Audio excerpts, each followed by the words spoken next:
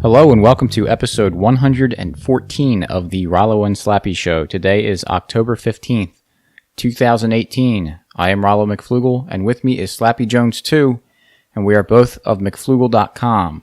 The show notes page for this episode is McFlugel.com/114, where you'll be able to find some links to things we talk about, as well as to check out LibertyMugs.com, and also how to find us on social media and subscribe to all of our stuff with the podcast and the website. So with that, I'm going to hand it over to Slappy, and he's going to introduce our episode topic. Thank you, Rollo. Thank you, everyone, for listening to us today or tonight or whenever you're listening. Today, we're going to talk about a topic that comes up all the time when you're talking to normies, charity and the social safety net, and why we need, a lot of people argue we need government for that. You should at least have not like universal income, not your bases covered, but if you lose a job, you should have unemployment. If you're hurt, you should be able to get disability, social security, retirement. How will we retire without the government? Everyone hates government until your social security check comes. So we had some thoughts on that and kind of how we think it would work in a free market. Because to give you the short end, I don't think we'll need as much charity in a free market, and I think Rollo agrees with that. And so let's talk a little bit about that and how we see that working in a free market. So, Rollo, what are some thoughts on charity in a free market as opposed to government benefits like food stamps, Social Security, etc.? Yeah, I think a good way to kind of set this up is to say that I think a lot of libertarians kind of have a wrong-headed approach to this answer. When someone says, oh, what are you going to do when you take away all these social safety nets? And what do you mean by that? What do you mean? Like, what do you mean the wrong approach? Yeah. That's what.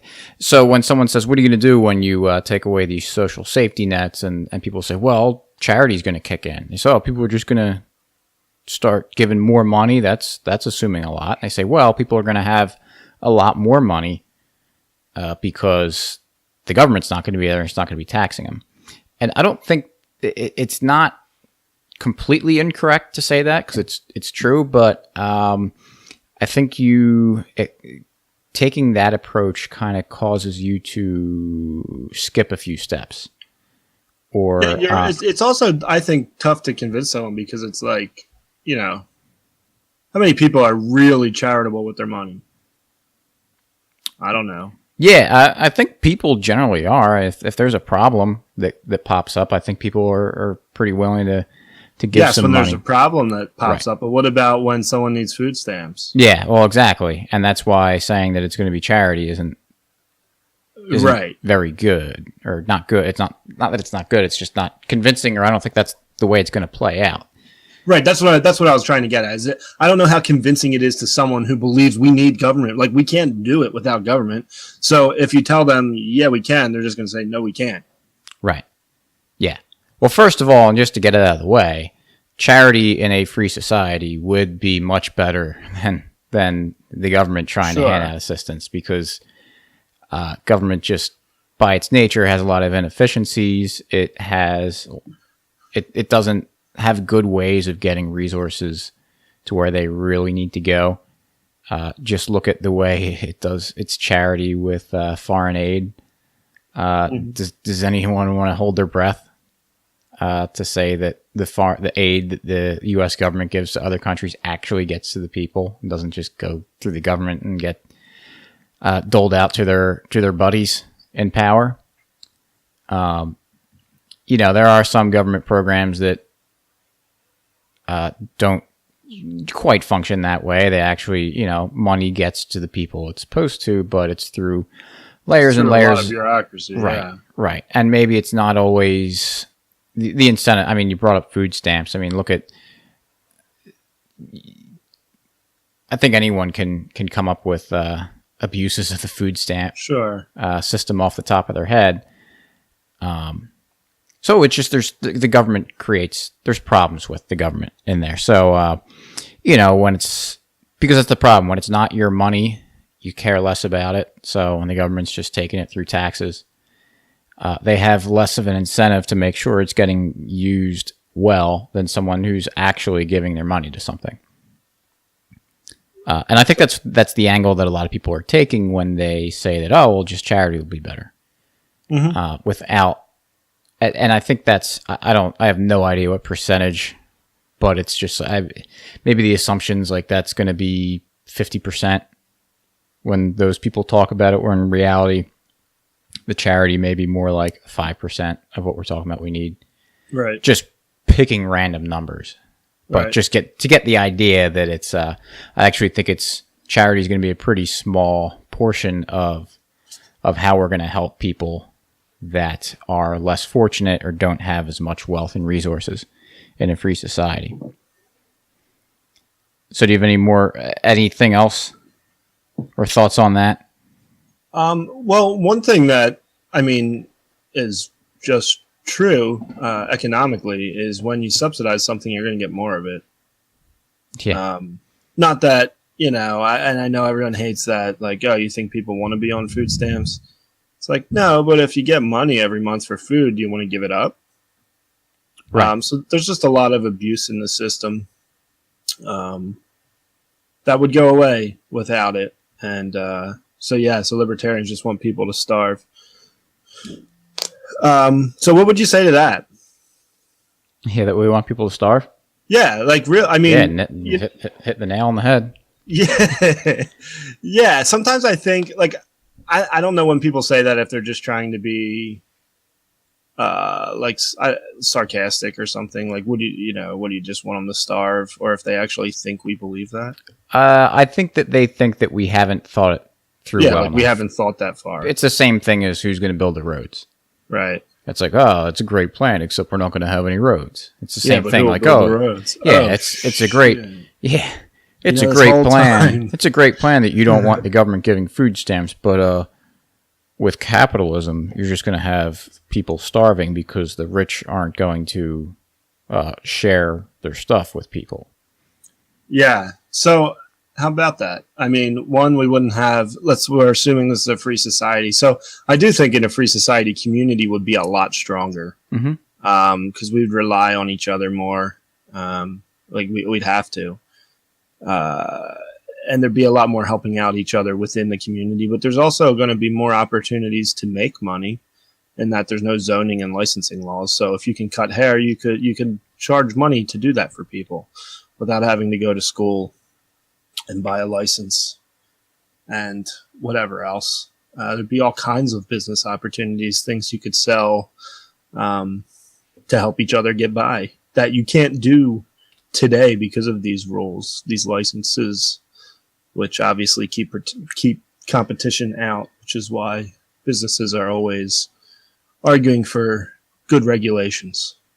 Certainly. And I think that a good thing to look at is just to reflect on the fact that it is, without question, capitalism has brought more people out of wealth.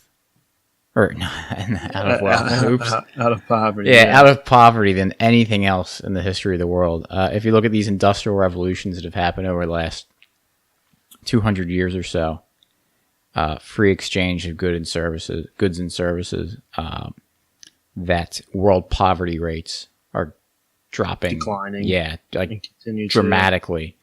Look at the United States, that has, for the most part in its history, fairly free markets compared to the rest of the world a little bit. I mean, we have terrible government policies that have gotten worse, but the basic framework there is a market economy. Not so much anymore, but you see how the wealth got built up. Wealth got built up through the market. It was not the government that was bringing about this wealth. So if you look at the U.S. and look at the poor people in the U.S., and not saying that they're like, certainly don't envy anyone who's considered poor in the U.S. But someone who's poor in the U.S. is doing a lot better than someone who's poor in a third world country somewhere. Like, it's not even close.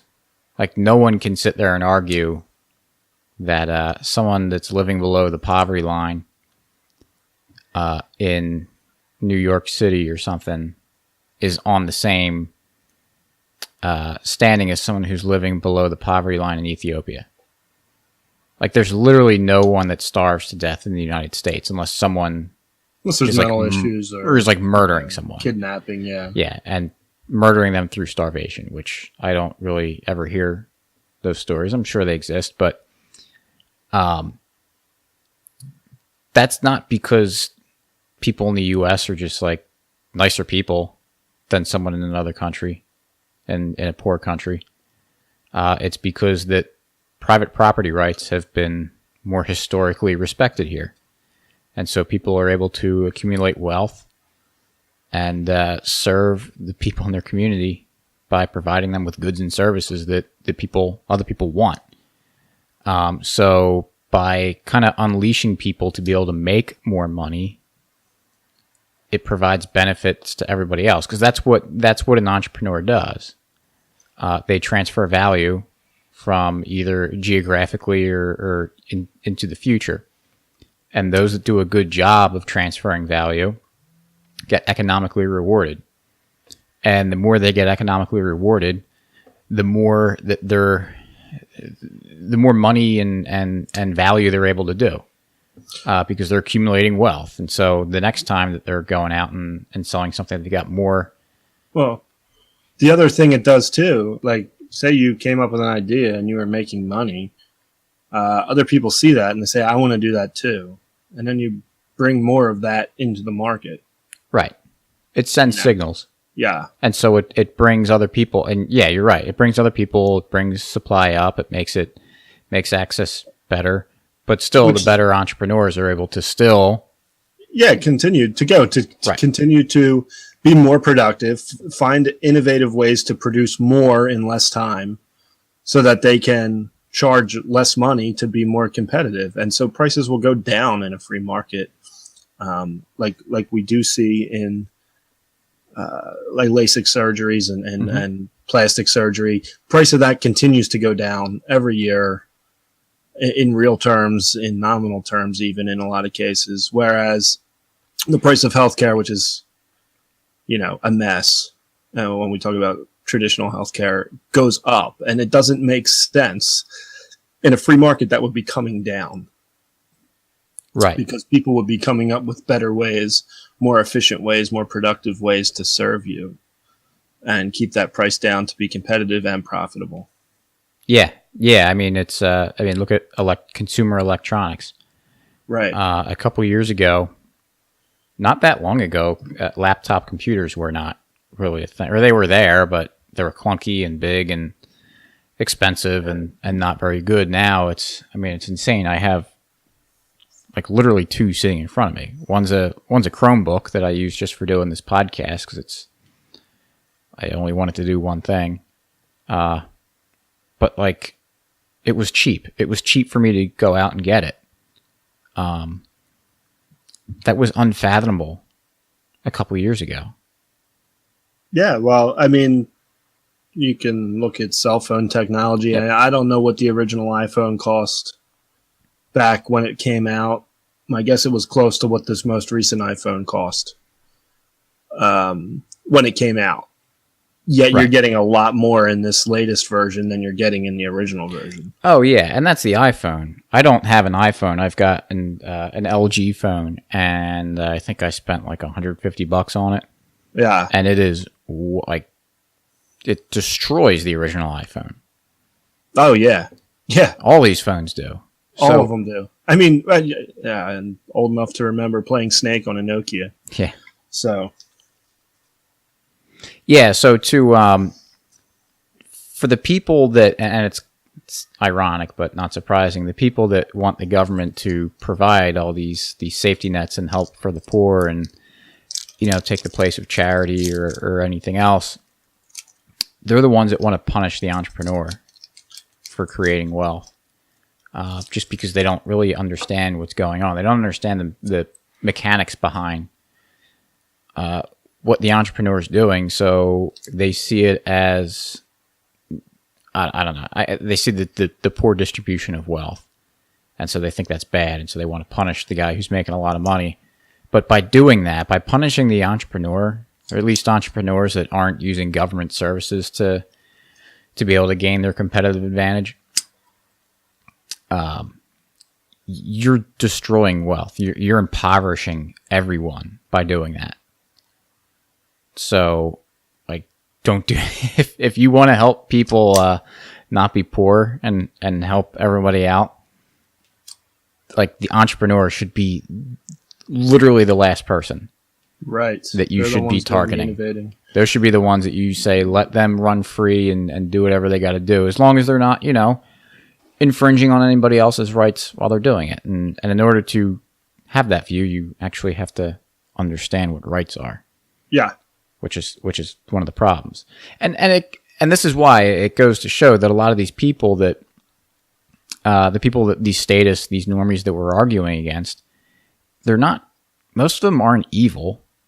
If they understood what rights were, they understood property and property rights, they understood how entrepreneurship worked, they would not be arguing for the state to be doing all this stuff. Because at the end of the day, they want a wealthier society too. They just are wrong about a lot of stuff. Yeah, they don't know. So that's why I know it's frustrating, but it's good to have. It's good to be able to point to like concrete examples, and that's what I like about the cell phone example is pretty much. I mean, I guess you're having some people who have had cell phones their whole lives now. If you're 18, you were born in the year 2000. So when you turn 10, it was already 2010. I mean, I don't know that an 18-year-old remembers a time before cell phones, but most people do. And even things like your TV. I remember when the flat screens started coming out, they were bulky and heavy and like $2,000. Yep. And now you go buy one for $500. It's way better than that was. So it's like, just give it 5-10 years and you'll have what the rich people have. Yeah. And you see that so many times with so many examples. And I wish we could do that with healthcare too. If they would just get out of the way, there would be so many creative ways. Because if there is a huge need for people to have healthcare, someone will find a way to do it profitably. Oh yeah, and it goes. The more we innovate and the better technology we have, the better tools we have of doing this. So the internet has been like a huge. What's the word I'm thinking of? Like a kick. Man, I'm blanking. And Grum's not even here to. See, but they don't know that, so you could always use that. Oh yeah, Grum's here chewing wires and making me not think of the word, but it gives it a big boost.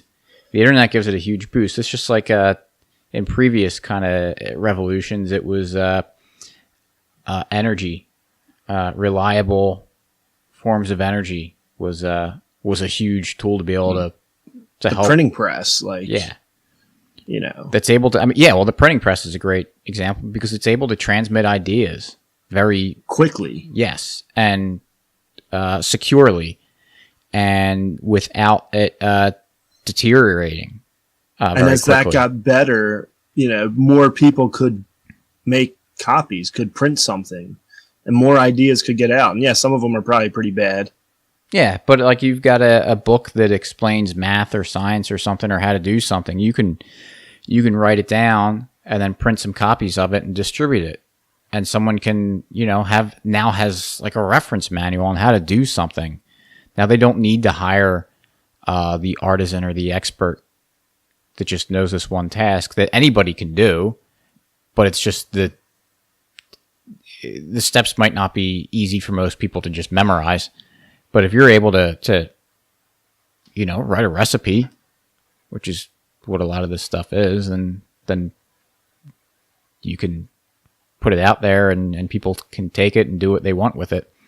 It saves a lot of resources so people can focus on doing other things. And that's what energy then did. When the steam engine, it was able to reliable ways to transport stuff, whether by rail or by boat. And then once oil came out, you're able to store that energy very well. You're able to you just keep dividing labor. Right? You're able to specialize better. Right. And so it just... As machines do things that humans used to do. Right.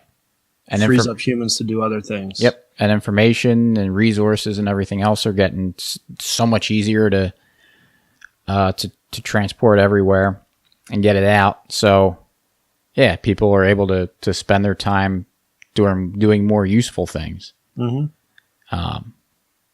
I mean, imagine that, look at these, like a hurricane or something, and people go out and bring supplies down there. They might drive 500 miles.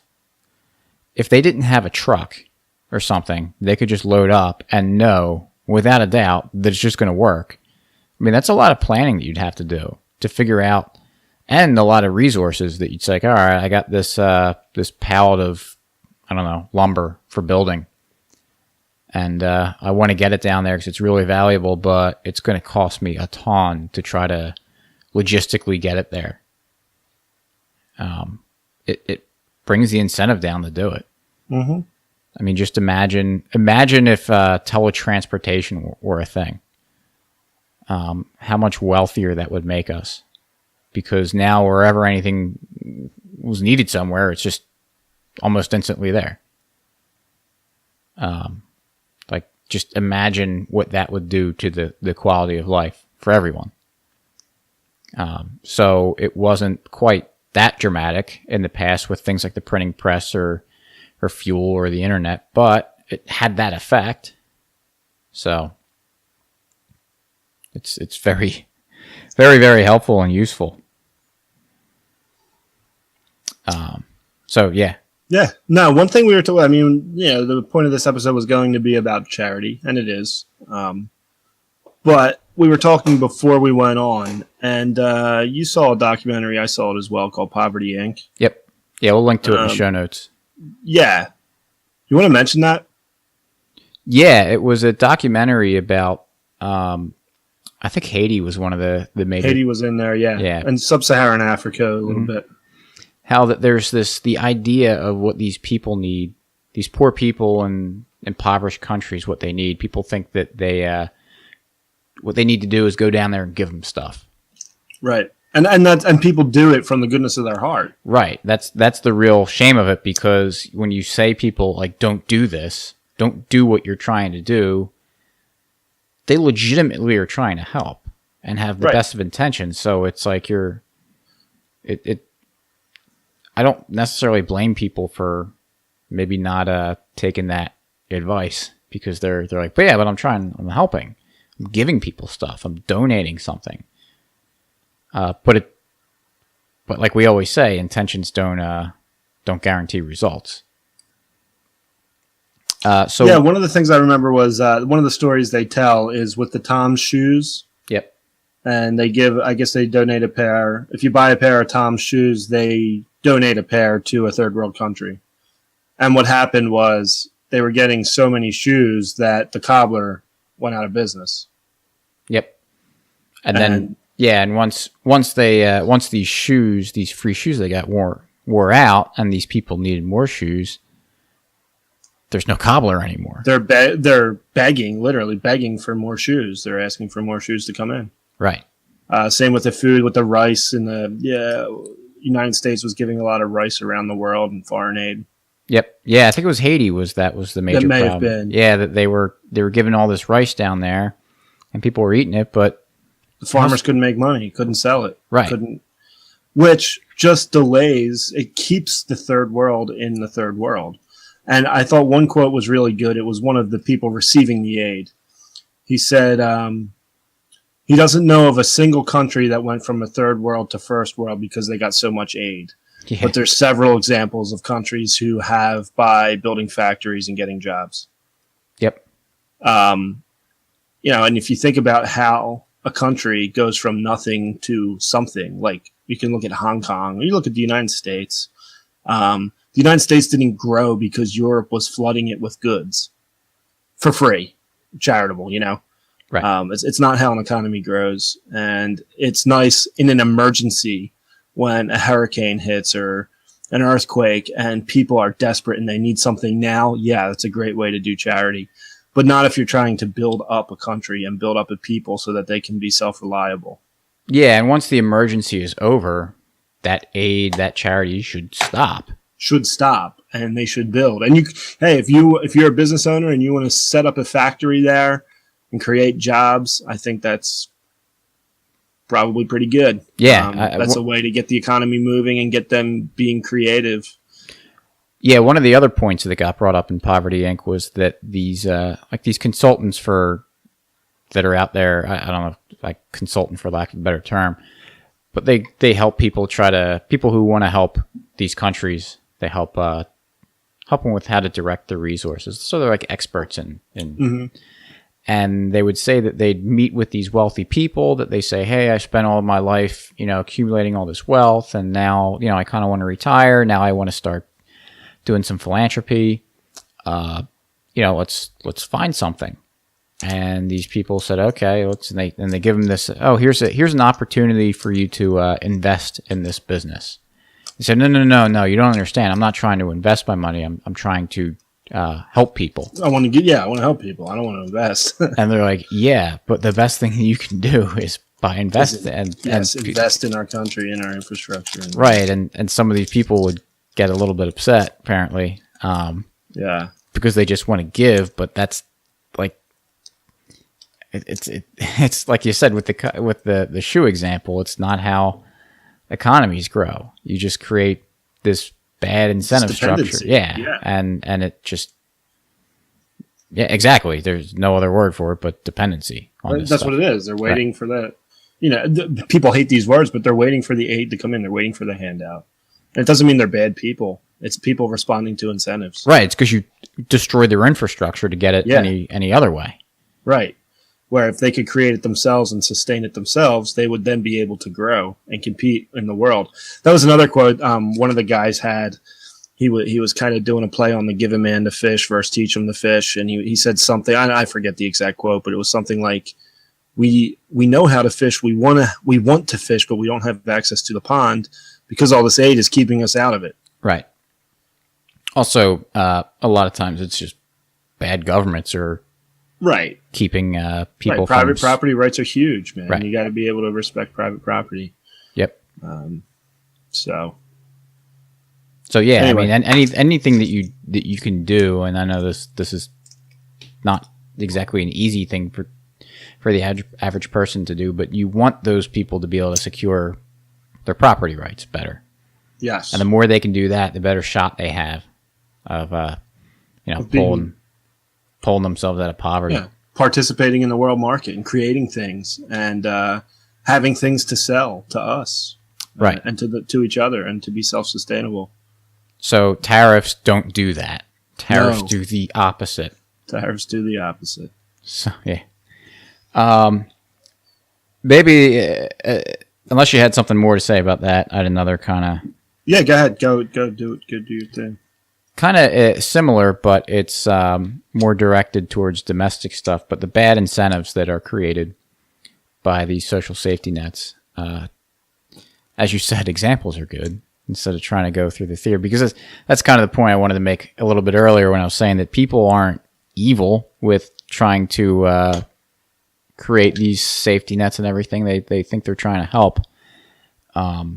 But since they don't understand a lot of these basic principles, you end up having to go down into like the very basic kind of stuff, and you're like, all right, well, is taxation theft? And they say no, and then it becomes difficult, and you get down all these rabbit holes because inevitably they'll say, well, who's going to protect you? What's going to happen? Well, if you don't want taxes, then how are you going to have police? And you say, well, the market can do that too, and then people lose their minds over that because it's a lot. It's a lot. So that's why I think examples are good because it might bypass that a little bit, or at least make people to think in the other kind of in a backwards direction to get to that point. But anyway, at work, at the refinery I'm at, the union does gate collection sometimes. So when something happens to someone, an unfortunate event, they'll put people outside the gate. So when you're driving in, you can give money to it to help them out. And a recent one was a guy got like pancreatic cancer, like out of nowhere, and he ended up dying not long after he got the diagnosis. So that's actually a pretty good reason to have charity. Yeah, pretty sad, yeah. Yeah, I think they raised like $15,000 in 2 days. So it was very good. A more recent one, though, I saw they're advertising it, is someone's short-term disability has lapsed on him. So they're going to do a gate collection for that. And not to be too technical, but I'm in the biz. Yeah. When a policy lapses, it's due to not paying premium. You're talking about the benefit period running up. Yep. Yeah. Yes. Thank you for that correction. Yeah. I'll give you another extra 10 minutes on the tractor this week. Thank you. But so yeah, it ran out, and they're collecting for him, and I'm torn on this because the first thing is that he could have bought his own disability insurance. It exists, as Slappy knows. Mm-hmm. He could have prepared for it. He didn't. So one of the things is like when something bad happens to someone, even though it was their bad planning and their undoing, yeah. Right. And this is kind of more drastic as opposed to something like, oh, I don't, get something stupid. I don't know. I can't think of an example. I don't know. I mean, there could be a lot of examples. You have a family member who gets into drugs and they need help. Right. Well, I'm thinking of something where it's like, oh, you did this to yourself, and I'm not going to help you. Yeah, well, because it's something small. Well, I'm saying because it's something like small and insignificant. This guy, like his livelihood's at stake. Yeah, sure. So I don't think this would be a great time to be like, well, disability insurance exists, so maybe you should have purchased that. Yeah, right. But the problem is you got to take a step before that and think about, well, why didn't he buy? Yeah, why wasn't that on the radar? Right. And I don't know exactly what his case was. Yeah, but we can assume, we can say that this is a reasonable position to take. What we're about to say is that the government, it creates this environment where it leads people to believe that they're going to be taken care of. That this, these disability safety nets exist and stuff. That Social Security exists. That disability exists. What they call disability. Well, Social Security DI, it's part of Social Security, right. And it's very hard to qualify for, and people don't realize that. And it also doesn't pay you very much. So just keep that in mind. Yeah. Yeah. So anyway. Or that unemployment exists, and that's gonna, Right. That'll keep them going. Yeah. Continue on your example. Yeah. So it just it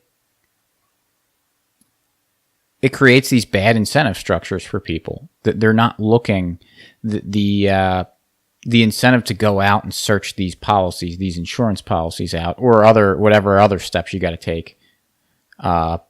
Maybe just personal savings that are out there. There's the incentive doesn't exist as much because it's getting drilled in your head that you don't need it. Yeah, and this is another one. I mean, where we actually kind of have the concrete example on this one too. There's a book I read years ago. It was called The End is Near, and it's going to be great. And I can't remember who the author is. But he had some of the statistics in there and talked about before the New Deal. I might have the number off slightly, but it was like 97% of African Americans had health insurance. And that's before the New Deal. And today, in the last couple of years, there's been a lot of debate. Well, how X number of people don't have it, and why is it this high, and why does it cost this much? And the reason is they used to get it through their fraternal organizations, which still exist today, but to a much lesser degree and certainly a much lesser influence in society than they did back then. But that's kind of the point I was trying to make earlier, is that we would have a much tighter community without having these government safety nets, and we'd be looking out for each other and taking care of each other because you don't have this pretend safety net behind you. And that's what the fraternals did. That's like your Knights of Columbus or your Freemasons or Foresters or Lutheran Brotherhood, some of that coming to mind, where these guys would, meet once a month or whatever and help people in the community and help people who are members. And they would pay money to their fraternal. And when something happened, the fraternal would help pay for it. So I think you would see them rise again because people do want, in quotes, a safety net. Right. And it would happen through these voluntary fraternal organizations that people used to be heavily involved with and aren't so much anymore. Yeah, and also those organizations provide incentives for people to be better people. And not cheat, because if you're taking advantage of your buddies, right, your friends, of the guys who have the same interests as you, who meet and have the same values and ideals. But even more so than that, just not to be a jerk, because people are people, and it's a lot easier to take some money out of that pot to give to, Billy Bob down the street if he's a nice guy versus if he's a jerk. Yeah, and if you're thinking, great, so we have $100 in the pot every month, like, not really. I mean, these are real. Knights of Columbus is an insurance company. So is the Lutheran Brotherhood. I think they're called Thrivent now. These are real companies. They're Fortune 500 companies that are fraternal organizations. They have a big enough membership to where they're actual real insurance companies. It's not like we're just taking a weekly collection of $5 and we'll give someone $50 when they get sick. I mean, these were real things, real policies, real contracts. And certainly smaller ones. I was part of a fraternal for a while, and I left it. But the Fraternal Order of Police. No, not that one. No. But that is another fraternal that the police, got together and they said, hey, we're all police officers. We create our fraternal organization and have benefits and all that stuff. But this fraternal I was a part of, when someone got sick, when someone had to have a funeral, we would do a raffle, a 50-50 type thing, do all kinds of things to raise money, sell tickets to things, whatever. And someone from the organization would go to the person in need and give them a check for a couple $1,000s that we were able to raise. So those things do still exist today, and they would be much bigger in a free society, in my opinion.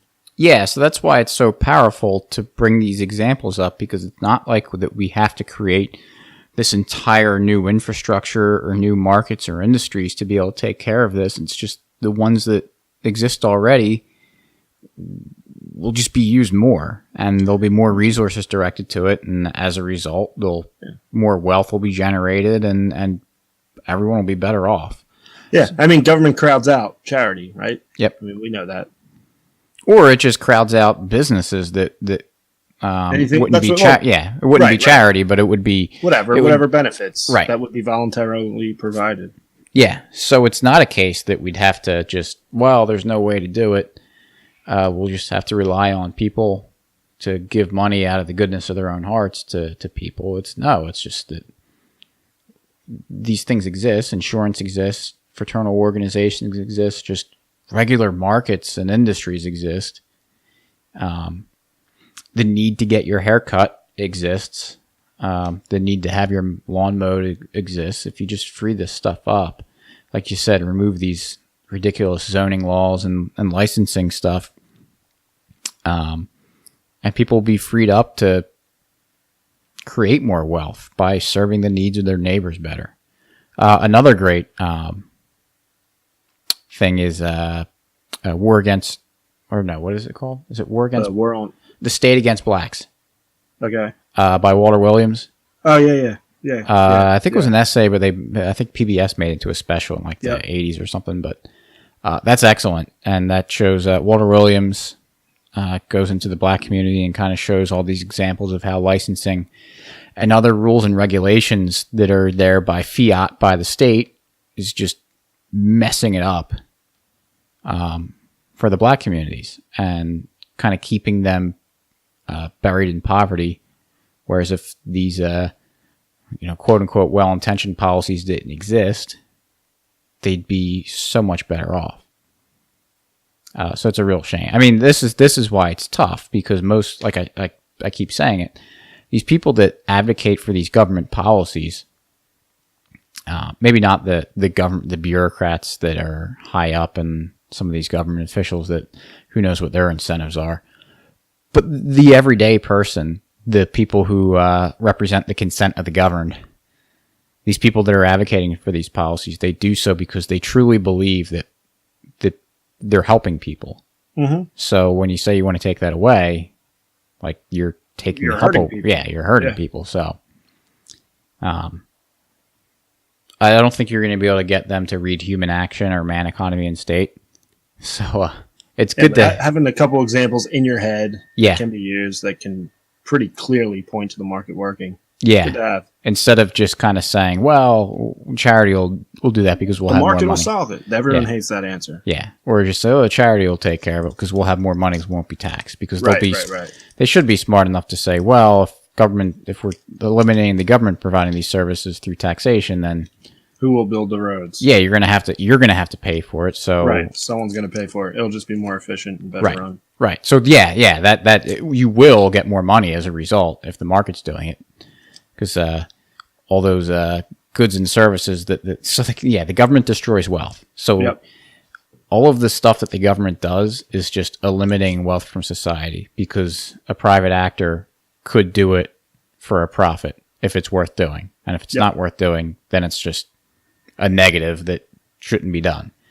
But anyone who's creating a profit, like we said, we talked about the entrepreneur, they're bringing value to people. So it's a net benefit overall for everyone. So there's that's it in a nutshell. Everything the government does impoverishes people. Wealth. Things restricts your freedoms, restricts your liberty, and destroys wealth. Yeah. The overall output of the market is the opposite of that. It creates wealth, brings more people out of poverty. So, right. I think that about covers it. Was there anything? No, I think that's good. All right. You said you had a free market success story. You want to go over? Yes, I did. My free market success story. Remind me what I said. Was it about? Because we were talking about this before. The gospel. Oh yeah, sure. Right. From Sunday's Gospel. Yeah. So all you Catholics out there know what we're talking about. It was, what's the title of the gospel? Do you know? I mean, it's the rich person going through the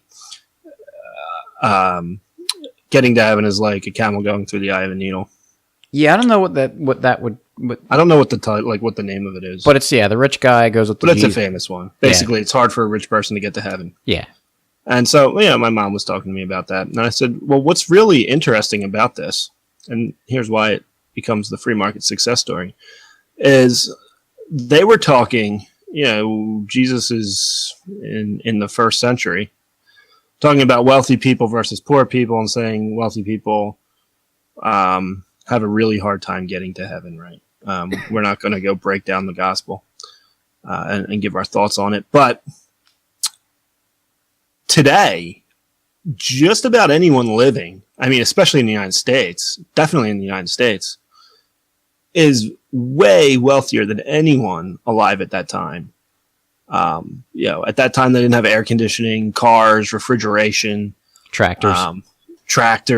Literally, they were plowing fields by hand or with a horse or something, I guess. I don't know. Now we have tractors to do that. The wealth, we are so far and away wealthier than the richest people back then. It's not even close. So, think about that if you're a Christian. How wealthy we are today. And what does it mean? Well, wealthy people, because wealth is relative. Poor people 50 years ago, were much poorer than poor people today, and wealthy people 50 years ago are poorer than the middle classes today. No one had a cell phone 50 years ago. The entire internet, any book you can want is in your hand at any time. This has never happened in the history of the world. We're far and away wealthier today than at any time in history. And so what does that mean about the wealthy people? We don't have to get into a theological discussion. Yeah. But just thinking of how that a miracle of the market and how wealthy literally everybody is today compared to back then. Yeah, I always chuckled whenever I heard that gospel, because the line was when Jesus said, "Well, give away all your possessions and come follow me," and then the line was, "He had many possessions," and I always would be like, "What? It's 2,000 years ago. Like, what did he have?" Yeah, a sack of grain. Yeah, he had many sacks of grain. He had some fine loincloths. It hasn't been washed in 6 months. Yeah, a couple alabaster jugs. Yeah, it's kind of funny with dirty water in it. Like, yeah, what many possessions could you have possibly had back then? So that's your free market success. Yes. So wrap up again. Show notes page mcflugel.com/114. You'll be able to find. We'll link to Poverty Inc. And I think I'll link to the Tom Woods episode where they talked about they had the